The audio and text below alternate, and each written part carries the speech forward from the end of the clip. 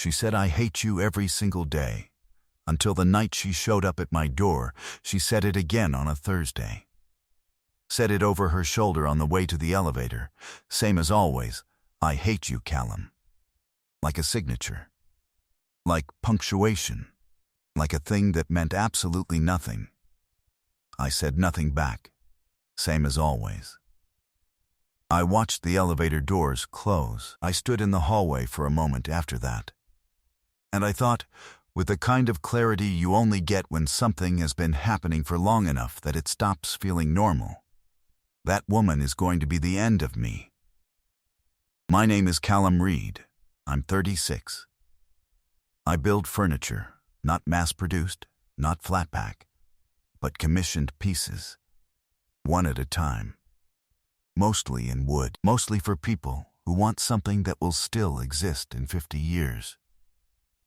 I work out of a workshop attached to the building I live in, a converted warehouse in a part of the city that used to be industrial and is now, depending on who you ask, either improving or being ruined.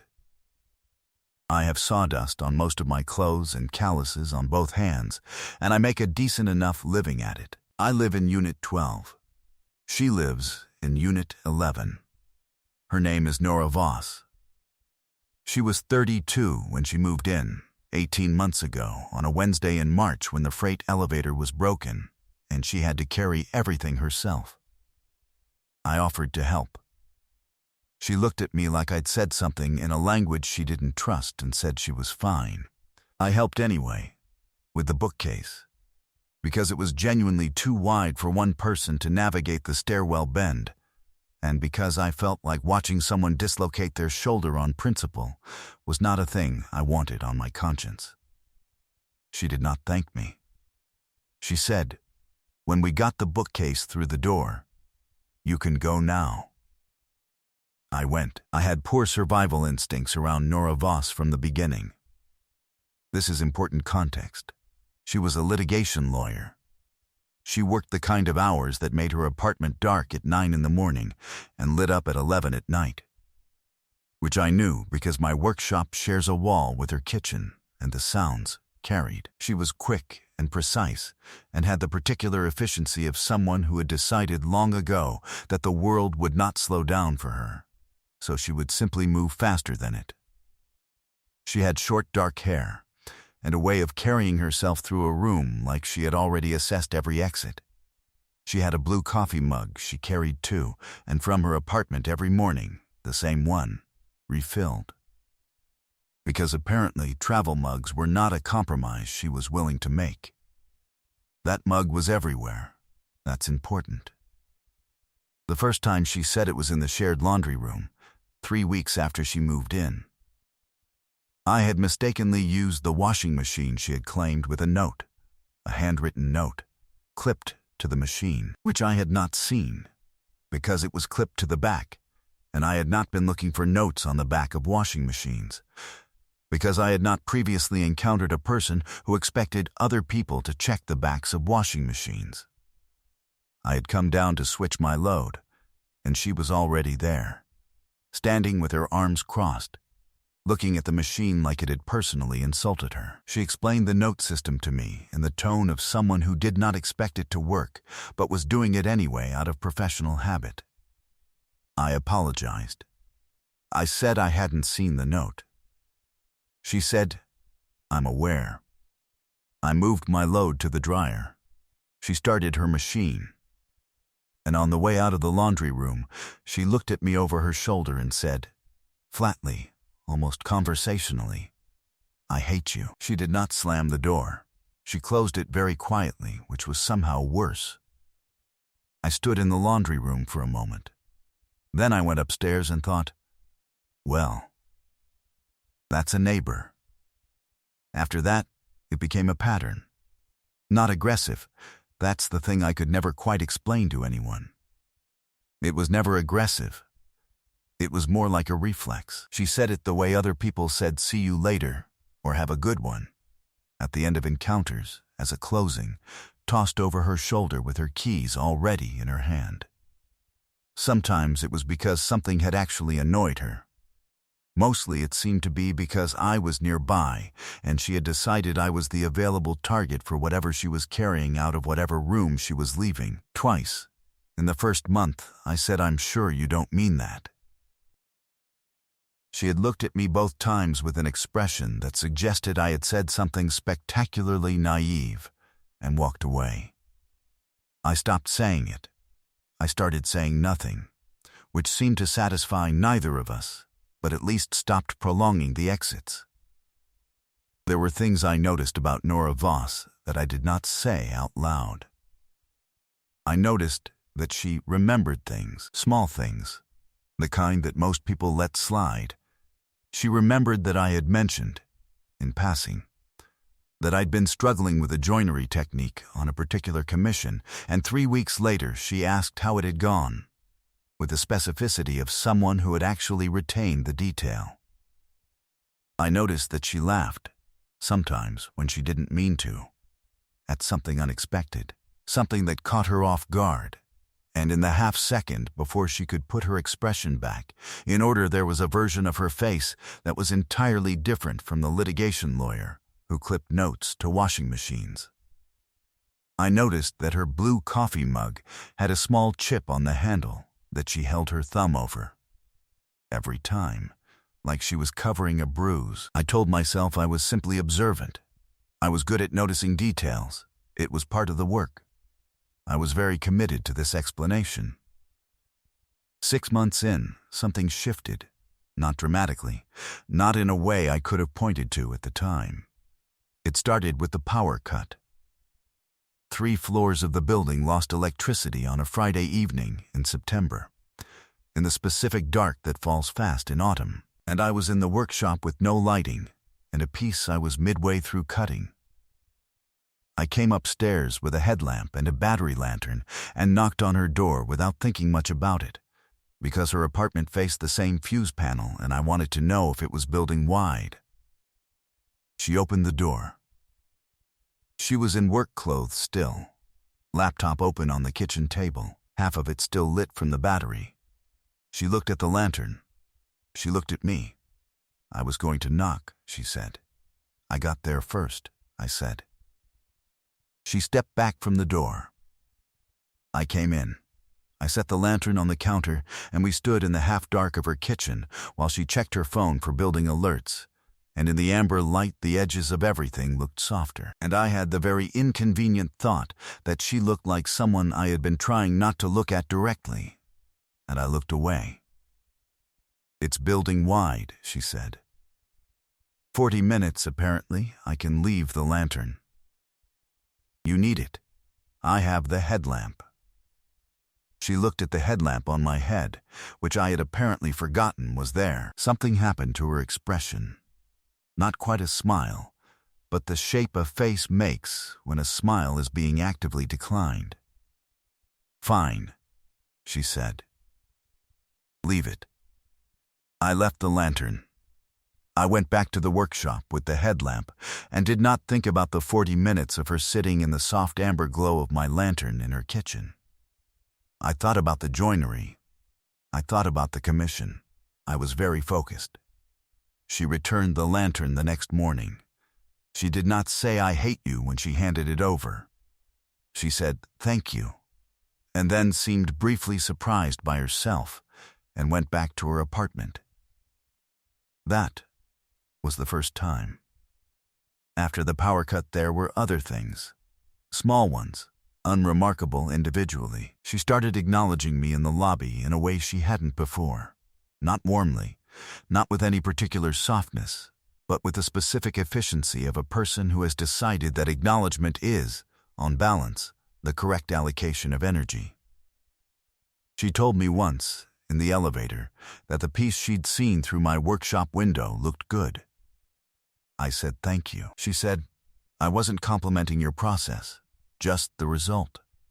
I said that was fine. She looked at the elevator buttons. The "I hate you" continued. But I noticed, and this is the thing I filed and did not examine for a long time, that the tone of it had changed. It had been flat before, reflexive, genuinely dismissive. Now there was something in it that wasn't quite the same, a fraction of something else. Like a word that means one thing but a person is using to mean another and hasn't decided yet whether to admit it. I decided this observation was not useful information and put it away.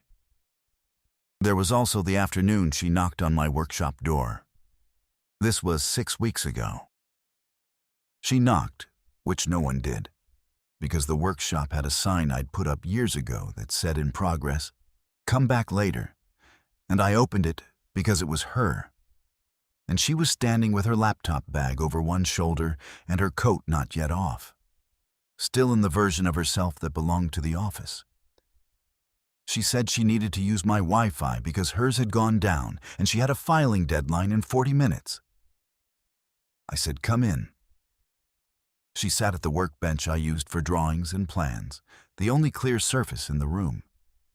And she worked for 35 minutes without speaking while I finished the piece I was on.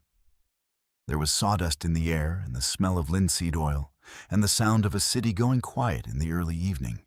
And she worked and I worked and neither of us said anything. When she closed the laptop, she looked around the room. Really looked, the way she didn't usually let herself, taking in the half-finished pieces and the tools and the drawings pinned to the wall. And she said, "You make things that last." She said it like an observation, like she was noting a fact she had decided was worth noting. "That's the idea," I said. She looked at me for a moment. Then she picked up her bag and left. On the way out, she said, over her shoulder, reflexively, "I hate you, Callum." But her voice was different. It had the sound of something said the wrong way around. I decided this observation was not useful information and put it away. Then there was the evening 3 weeks ago when I heard her on the phone. I was not eavesdropping. The workshop shares a wall with her kitchen, and she was not using her courtroom voice. She was using the voice people use when they think only one person can hear them. And the walls in this building have opinions.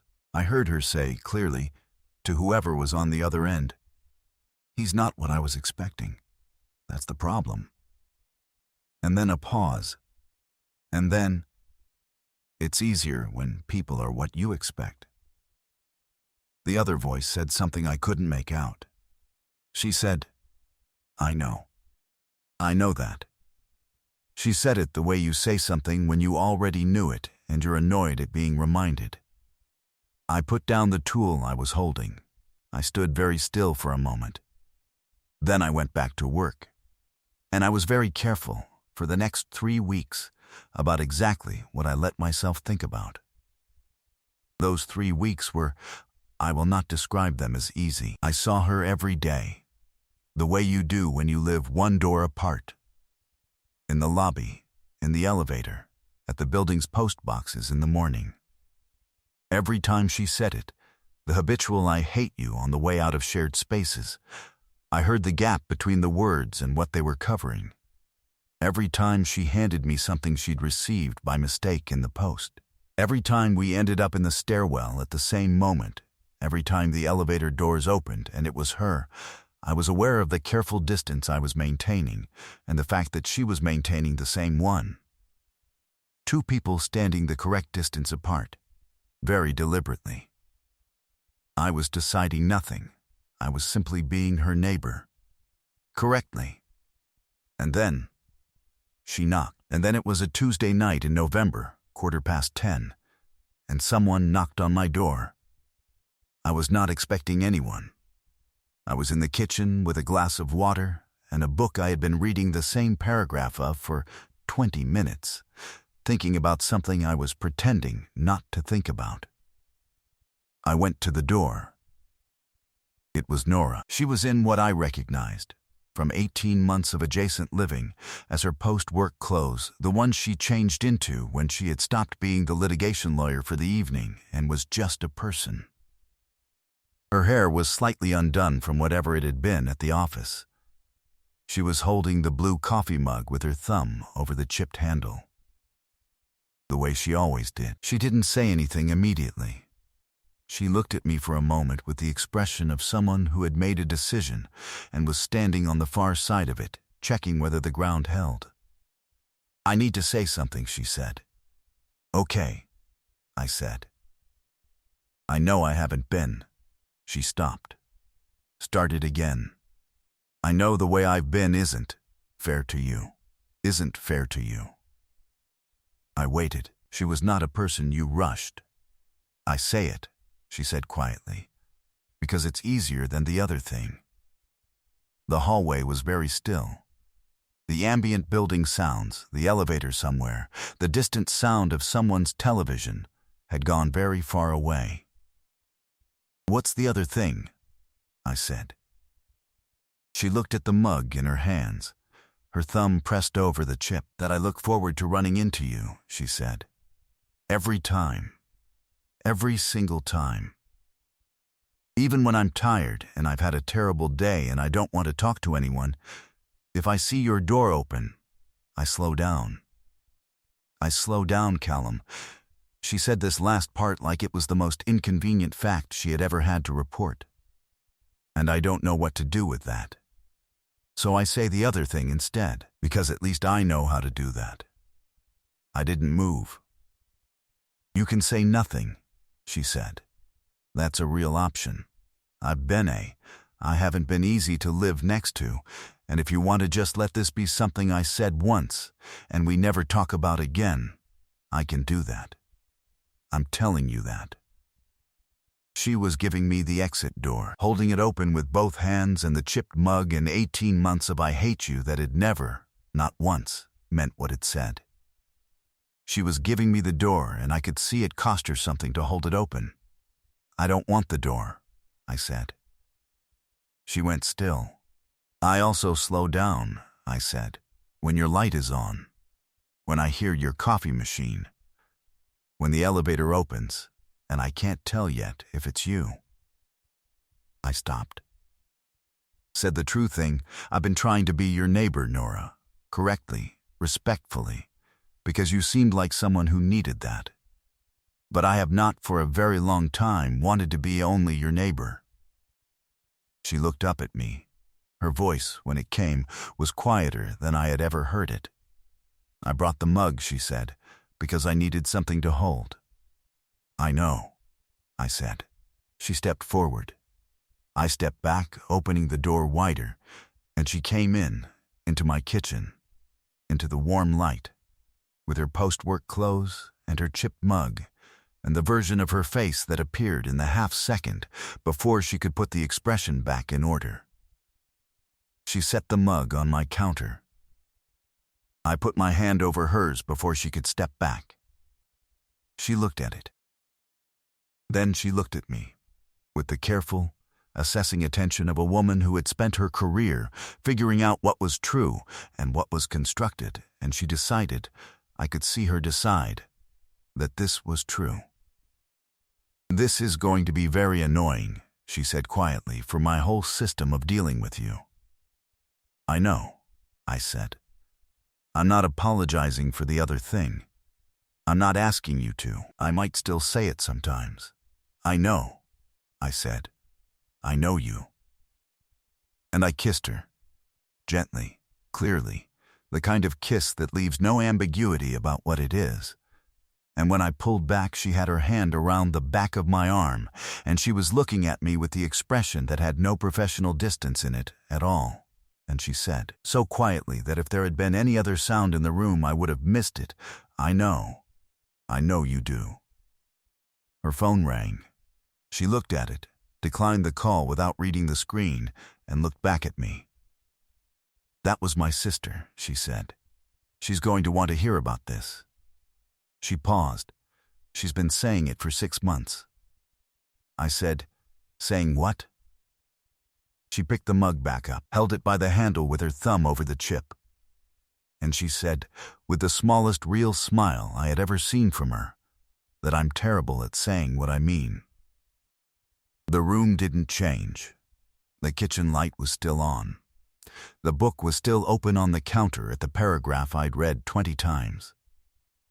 Everything was exactly where it had been an hour ago. and none of it felt the same. 3 months later, her mug lived on my kitchen counter between mornings. She had not moved in. She was precise about her space and her hours and her system, and none of that had changed.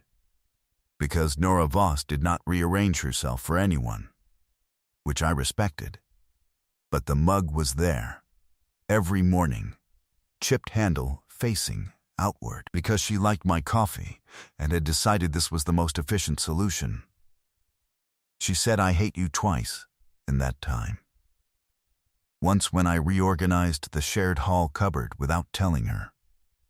Once when I was right about something in an argument about city planning that she had been very confident about. Both times I said, I know. Both times something happened to her expression that was not quite a smile and was absolutely a smile. 9 months later, her sister came to visit. I had not met her before.